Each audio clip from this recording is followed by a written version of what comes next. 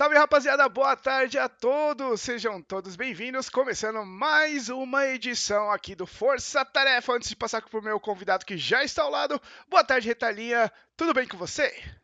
Tudo ótimo, Kepão. E aí, pessoal, salve, salve todo mundo. Ótimo início de semana aí, segundona. Hoje a gente vai bater um papo aqui com o Astro mais uma vez aqui com a gente. Agora para falar um pouco do que ele tá esperando, da expectativa pro BR6, que tá para ser divulgado ainda, espera até o finalzinho do mês. Também teve campeonato agora beneficente nesse fim de semana. Então simbora, Kepão. É isso aí, então boa tarde Astro, seja bem-vindo pela segunda vez, faz tempo já que o Astro colou aqui, então seja bem-vindo, uma figura bem querida aí no nosso cenário. Tudo bem com você, Astro? Como é que tá? Boa tarde aí, galera. Eu tava falando aqui, né? Boa tarde pro Pletário, boa tarde pro Gap aí. Boa tarde pra todo mundo que tá colando na live aí. É isso aí, seja bem-vindo, Astro. Astro, para quem já acompanhou, né, tem uma vez no Força Tarefa, então a gente vai parar não, passar batido sobre a história dele. Quem quiser rever a história do Astro aí, pode acompanhar no canal do YouTube, tá? Então a gente vai já tocando direto aqui ao ponto que interessa, né? O Retalho até deu uma prévia antes, né? A gente tem muitas a não ser anunciado ainda do Brasileirão de Rainbow Six, só que existe ainda alguns empecilhos que se chamam Covid-19. Então, é uma parada que a gente gostaria de anunciar para vocês, toda a programação, só que a gente ainda não pode, mas sabemos que vai acontecer. Então, eu queria perguntar pro Aço como é que tá a preparação da FaZe aí pro Brasileirão de Rainbow Six, e principalmente porque é um campeonato que passa a valer muito mais agora, né? Aço? É um campeonato que, teoricamente, antigamente, ele ficava um pouquinho assim, pensando se qual vale a pena você botar o seu 100%. Como é que tá aí a preparação pro Brasileirão, que agora é tudo, né, para as equipes? Uhum. Então, a gente tá esperando ainda as informações que, né, que vão chegar do dia 20 pra ver o dia que vai começar e tal, pra gente começar a se preparar e ver o mapa que vai chegar, né? Que parece que vai ter um mapa que vai trocar também. Então, Opa! Opa, isso. era secreta a informação? Não tô sabendo. Olha, Oh! mas você não confirmou. Você falou, É, parece sei que vai ter lá. um mapa que vai Eu não trocar. sei. Eu não sei. Por isso que eu não queria falar muita coisa. Porque eu não sei muito bem o que vai acontecer. Tô esperando as informações do dia 20 pra gente tomar alguma atitude, né? A Vou te gente tá falar meio que de que férias, tá ligado? se essa daí acontecer, nem eu sabia, tá? Só pra te avisar. Também foi interessante. Falando Interessante. de map pool, né? A gente teve a troca recentemente. A gente sabe que os mapas são trocados com base, né, nessas temporadas. Como a gente não vai ter mais as temporadas de Pro League, provavelmente se adotem o quê? As temporadas de Majors. Então a gente fica com essa lista aí de mapas durante Majors. Qual mapa que você tiraria, Astrinho? Falando assim, eu sei que o pessoal BR não gostou muito que entrou parque temático e saiu banco agora na última alteração. Aham. Mas se fosse pra fazer uma agora, qual que você faria? Eu tiraria Litoral ou Border e colocaria Oregon. Hum. Eu acho que o Oregon ele chega um pouco mais pronto do que os outros mapas, né? Se a gente viu a quantidade de mudanças que foram efetuadas, ficou um mapa até gostoso de jogar, na minha opinião, e resolveu muito problema que era um problema crônico, que é a falta de espaço. Eu acho que foi alargado algumas passagens, principalmente. Eu queria saber qual que foi a primeira impressão sobre o mapa Oregon, na verdade, né? Qual que foi a impressão desse mapa aí? Como é que você tá gostando dessa mudança? Como que foi pra Uhum. vocês? Eu acho que jogando Ranked, assim, consegui perceber que o mapa tá bem diferente. Tem muitas entradas novas para os bombes. E você pode ter uma variação tática muito maior nesse mapa. Então, muitas táticas que a gente fazia antes, eu tentei repetir e não deram certo. E a gente tem que fazer muitas coisas novas. Então, por isso que seria legal entrar esse mapa, entendeu? Astrindo, falando de Oregon, eu lembro de você fazendo highlight em Oregon indo na Pro League Rio de Janeiro, lá puxando uma CZ 75, uma C75 ali pra estragar a festa da rapaziada. Dá pra fazer alguns highlights aí, caçando lurk, dá pra voltar às antigas ali, você sozinho, indo por baixo. Eu acho que aquela partida lá foi um pouco peculiar, assim, pode Foi. dizer. Porque na época tinha o R6TM, eu jogava muito com o Iona, o R6TM, e ele jogava de Finca, eu jogava só de Locaeb. E jogava bastante Oregon, com tantos outros mapas. E nesse jogo a gente tava perdendo 5-1 e tava olhando e percebendo que a gente não ia conseguir ganhar aquele jogo. E eu falei pro lado, tipo, os companheiros, falei, ó, galera, o que a gente tá fazendo não vai dar certo. Vamos fazer um jeito diferente, vamos jogar solto e vamos fazer o estilo TM. E o Iona falou, bora fazer isso. Eu pego a finca, tu vai de Dokkaeb, eu ligo e você. Falei, quando eu ligar, você usa a finca e a gente vai. E a gente só foi 5 rounds, a gente empatou o jogo e virou a partida ali. Foi mais ou menos isso. Eu acho que ninguém entendeu, assim, a gente falava, não tá dando muito certo, aí do nada você tem uma mudança drástica no rumo da partida. Então isso acontece e mostra, eu acho que em alguns momentos você tem que arriscar. Você já tentou É, tudo de tática, vai pro mano a mano. a gente não. Naquela partida a gente não tava conseguindo fazer nada, todas as nossas táticas estavam dando errado. E a gente ligou o modo. Aquele modo famoso, né? De só ir YOLO. e a gente só foi. E deu certo. Eu tava indo atrás de um drone, que era o drone do câmera, se não me engano. E quando o câmera falava que tinha um player perto, eu ligava e pedia pro Ion usar a finca. E eu matava todo mundo ali. E já era. Boa tática, né? Ainda bem que deu certo, né, Astro? Matava não, rasgava todo mundo. É. Teve até um round que. No primeiro round que a gente foi fazer isso, um player deles picou, pulou na torre e pulou fora da janela, me matou. E ele olhou pra cima e tentou matar o câmera de rapel. E o câmera tava de rapel invertido. Aí ele virou o rapel e matou ele. Daí o câmera falou assim: Guys, a gente não vai perder esse jogo. Tava 5 pra eles. Cara, a gente não vai perder esse jogo. Ele pinou tanto que Deus não vai deixar a gente perder. E aí, realmente, a gente não perdeu aquela partida. Ô Astrinho, o Big falando até nessa relação de phase atual, teve a troca do live pro câmera que, obviamente, sempre tem torcedor que questiona, mas eu acho que o time, acima de tudo, sabe o que tá fazendo. Como que. O que que você acha do live como player? Como que o live tem se adaptado e até mesmo a phase se adaptado ao live ou live a phase? Uhum. Eu acho que. Acho que o live teve que se adaptar mais a gente do que a gente pra ele. Porque era uma função que a gente tava precisando. O Ion, ele fazia a função de smoke antes. O Ion não é um player que consegue fazer a função de smoke, assim como eu também não consigo. Uhum. Porque demora muito pra pessoa se acostumar. É muito pixel, tem que saber jogar de uma forma totalmente diferente. E o Ion é um player muito mais agressivo. E a gente chamou o Live, que é um player que já jogava de smoke, ele já tinha uma base.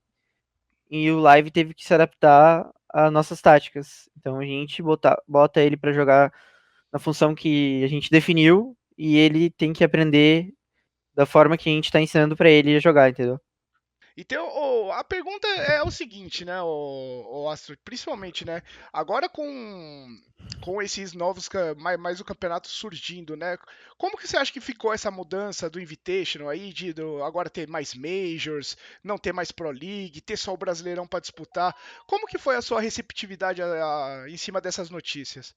Ah, eu acho que ficou muito melhor ter um campeonato só e que ele dá vaga pro Major. Acho que os times vão conseguir focar muito mais em uma competição só do que em duas.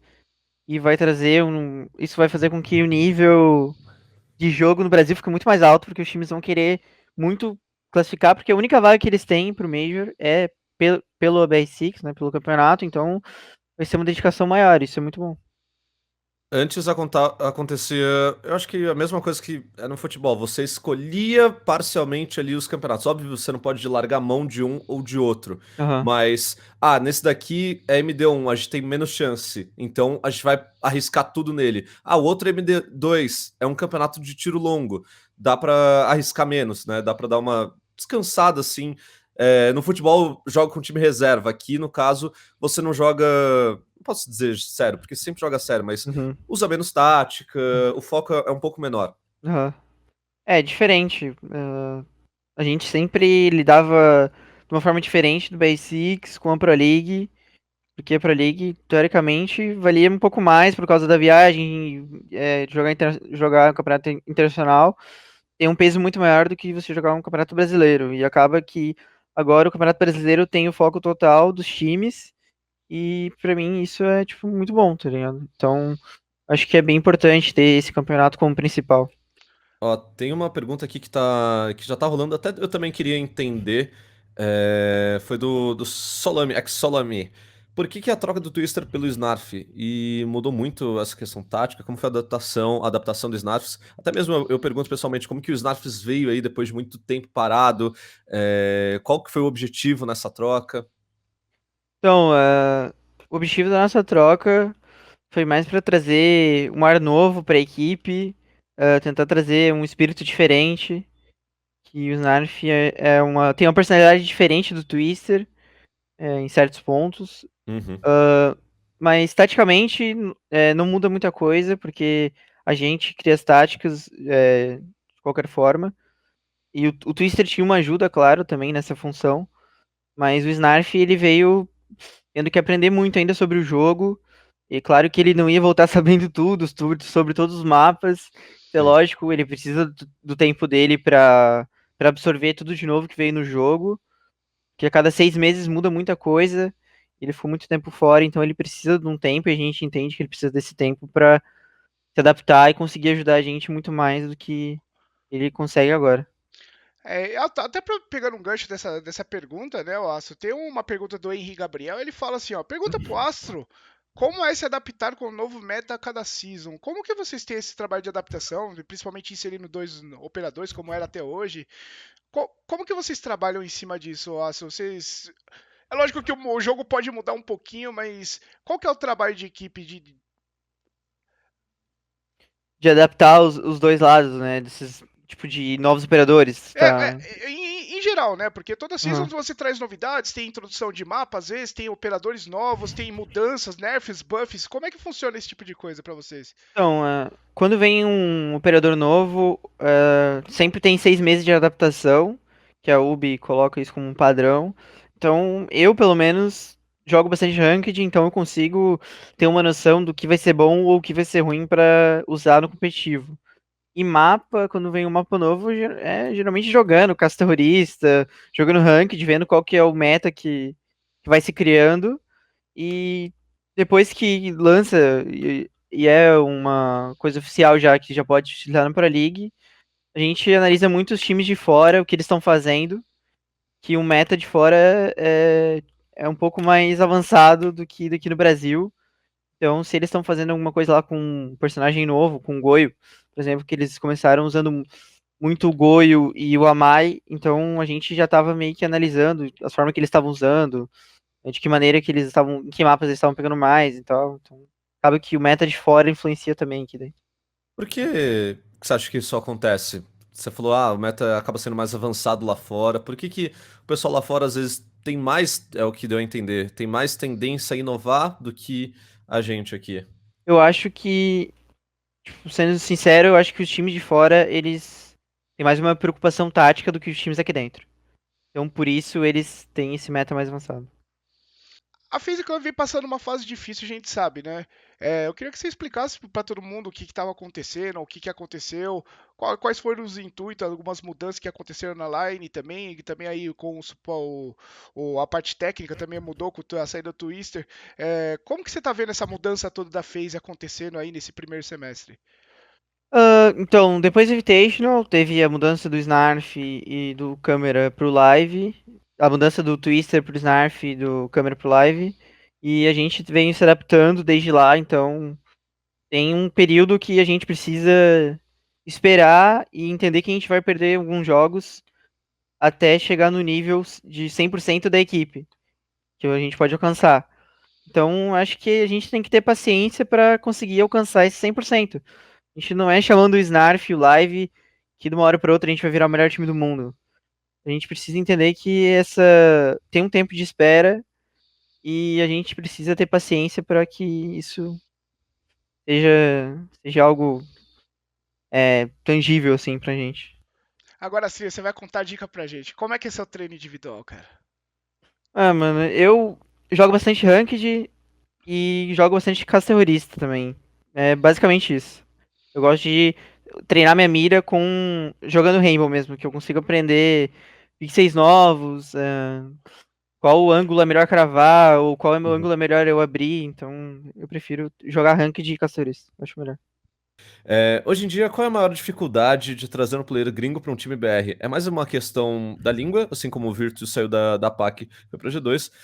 Acho que no futuro é uma opção para os times BR. Você acha que essa transação pode acontecer? Eu acho muito difícil um time brasileiro trazer alguém de fora por causa da comunicação. Eles comunicam tudo em inglês. Tanto que os times da Europa têm leis de vários países diferentes. e eles se comunicam só em inglês. É muito mais fácil o jogador do Brasil jogar lá fora do que alguém lá de fora vir aqui pro Brasil jogar aqui. Se Tanto você em, receber- tanto em questão salarial também, porque lá fora os salários são muito mais altos do que aqui no Brasil. Então, com certeza, tipo, Acho que só no leste europeu que é menor, né? Que o pessoal então, reclama, o pessoal da Rússia. Da Europa, NA eu não sei. A NA era o maior, pelo que a galera comentava. Você gostaria de jogar fora do Brasil? Representar? ah, Ser o primeiro? eu jogaria, tipo, se tivesse uma proposta, tipo, muito boa, eu aceitaria, mas eu não falo inglês, tipo, muito bem, tá ligado? O que eu falo de inglês é só pelas experiências, tipo, de viagem que eu tive. Nice to Então, meet you. Tá com a então, gente, tipo, então, tá na mesma.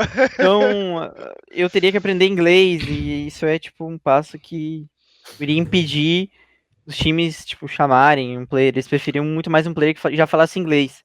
Mas se tivesse uma proposta, eu aceitaria, sim. O Nick ele tem uma pergunta aqui, Astrin. Você fez e sugerisse que a line toda se mudasse pra fora, NA, Europa, a PAC, onde Uhum. fosse. Você acha que o time como um todo vocês aceitariam? Vocês gostariam de ter a oportunidade de jogar, sei lá, na NA ou na Europa, agora no novo formato? Eu aceitaria jogar lá fora. Eu acho que a gente ia aprender muito a meta, né? Como funciona lá fora. O time poderia evoluir muito mais. Eu aceitaria, com certeza. Jogar, tipo, NA, Europa, assim. Qual região você acha mais difícil de encaixar o jogo, ô Astro? A A mais NA ou difícil. Europa? Eu acho que a mais difícil de encaixar o jogo seria na Europa. Na Europa, o jeito que eles jogam é muito diferente. NA é um pouco parecido com o estilo do Brasil. Então, eu acho que NA seria mais fácil. Assim, quão impactante, eu sei que diretamente não afeta você, mas quão impactante foi a perda das granadas do Buck, por exemplo, cara? Eu acho que com essa mudança no Buck, a galera que joga de Buck vai usar muito mais o Sled como operador. Vai mudar uma tática ou outra que você precisa utilizar o Garrett dele de baixo para cima, que o Sled não tem como. E Mas tem outros operadores que ganharam granada. O Maverick ganhou granada, a Nock ganhou granada também. Então você vai ter que. Quem vai ter que se especializar em granadas vão ser outros operadores ou o próprio Buck que trocou pro Sled. Então. Do Ô, tema Astrid, campeonato? uma pergunta pessoal. Uhum, Você tá ficando agora em casa, a gente comentou até antes em off isso. Como que você vê esse tempo todo que você ficou em GH, né? uhum. Foram acho que 2 anos que você tinha comentado, e agora voltando para casa. Até mesmo como que é a relação com a sua família. Então, tem aquela coisa da mãe levando a comida do lado, Uhum, aquela mãe sim. mais em cima?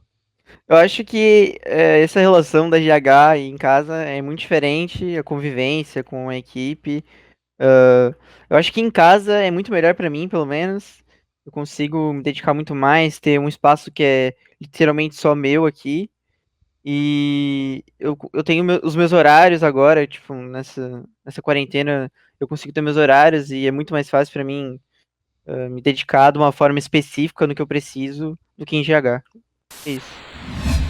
E com o aumento, né, de cada vez mais de gadget defensivo que você precisa tirar, por exemplo, né, que a gente vê muito agora o escudo do Goio sendo utilizado, são mais duas coisas para quebrar. Às vezes o pessoal Aham, não ficou atento a essa mudança, né, que você precisa hoje em dia quebrar os escudos do Goio, porque pular por cima praticamente é suicídio, né?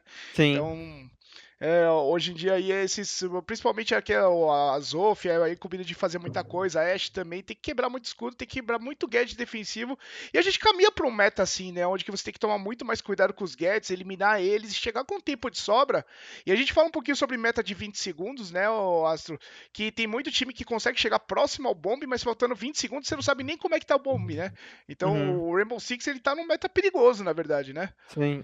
Ele tá num meta muito complicado para ataque, porque você tem muitas coisas para tirar, ainda mais com a chegada do Amai, que é um operador que auxilia o Jäger em posições fixas. Então, para você tirar um cara de uma posição fixa é muito mais difícil, tem que ter muito mais team play. Você tem que quebrar Evil Eye, câmera blindada, 2 shields do Goio. Se você tiver um Smoke, você pode ter mais um shield padrão. E se tiver cast, você tem que quebrar mais 3 painéis protetores.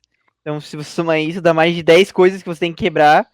Então, você tem que ter intel de tudo isso, pra na hora de plantar você tá completamente safe e sem nenhuma intel pra morrer. Então, o jogo tá ficando muito mais tático do que. Nisso dentro de Perfeito. 3 minutos, né? Essa que é a É. verdade. É uma corrida contra o tempo, né? Se você Uhum. fazer tudo isso, tirar, ainda matar os caras ou plantar os desativadores. Sim, É tarefa pra caramba, na verdade. sim. É, a gente sabe que tem o Valorant chegando, e foi uma pergunta até do Rafael Nunes ali. O que você acha que acontece com o cenário profissional agora? Não só do R6, mas de outros jogos com relação à vinda do Valorant. Você acha que vai ter uma migração? Você acha que tem jogador que vai sair? O cara que tá às vezes parado vai tentar achar o caminho ali no game? Eu acho que vai ter muita gente que vai migrar para pro Valorant, que é um jogo muito novo e ele também se mostrando muito bom. Mas eu acho que os players que estão consolidados nos seus cenários vão continuar neles. E os players que talvez perderam a chance, alguma chance de alguma oportunidade, vão tentar esse novo jogo aí como uma nova chance para eles de mostrar o potencial, algo do tipo. Foi É mais ou aquela coisa, né? menos. O cara tá Pode falar. aposentado, né? Ele não tem espaço. Vamos pegar o Retalha. O Retalha já andou por dois, três times quatro times aqui no R6. Não encontra mais espaço num time Sim, Tier 1, no time principal. O que eu sim. vou fazer? Eu vou parar da minha vida aqui ou tento Sim, outro jogo? eu acho que se o sonho da pessoa é se tornar um jogador profissional e ele não vê chance no Rainbow, ou no CSGO, ou no Overwatch, ele tem que tentar coisas novas. Então, Valorant é uma boa oportunidade pra quem tá tentando algo novo, assim. Então eu queria agradecer no dia de hoje, Astinho, pela bela entrevista. Muito obrigado aí de coração mesmo aí por atender aqui ao Ah, chamado do Força Tarefa. Você é um cara muito querido pela gente, então eu agradeço muito a sua presença não, que mesmo. nada, obrigado. E, cara, todo sucesso do mundo pra FaZe, né, cara? A gente sabe que vocês ainda estão devendo uma atuação de gala num torneio internacional e a Verdade. gente tá esperando esse momento aí muito Pô, ansiosamente, brabo ao né? vivo, hein, bicho? A gente cobra, pô. Eu falo, eu torço Que é pra bom vocês cobrando ao porque vivo. é exatamente porque a gente quer ver aí a cenário Latam indo bem. Sim. E não importa que time que estiver lá, é Brasil, cara. É Brasil, Uhum. você já falou Sim. isso também. E, então eu me despeço aqui já falando pro Aço que eu tô torcendo por vocês. Boa sorte aí nesse Obrigado. segundo semestre e vamos que vamos. Vamos que vamos. Muito obrigado a todo mundo que ficou aqui, tá bom, pessoalzinho? A gente encerra nosso programa por aqui. Antes de mais nada, o Astrid pode mandar o seu recado, mandar o recado pro torcida da FaZe, torcida do Astro, seguir no Instagram, no Twitter, na Twitch. Vai É lá. isso aí. Então, galera, muito obrigado mais uma vez aí pelo convite. Sempre bom aí bater um papo com vocês aí nessa tarde. Então, a galera aí, um abraço pra todo mundo que tá no chat aí, galera que torce pra gente. Sigam a gente aí nas redes sociais aí, mano. É nóis, tá tudo lá no Twitter, que é Leonardo Underline Astra aí. Só seguir lá que é nóis. Valeu, então, assim, muito obrigado pra vocês. Muito obrigado, Ubisoft, aqui por fazer aí esse programa maravilhoso acontecer. Então, todo mundo também segue aí a Cal. Não saia de casa, fique isolado e fique muito bem nessa pandemia. Vamos superar todo mundo junto, beleza? Então, a gente fecha por aqui. Até a próxima semana. Valeu, galera. Um abraço pra vocês.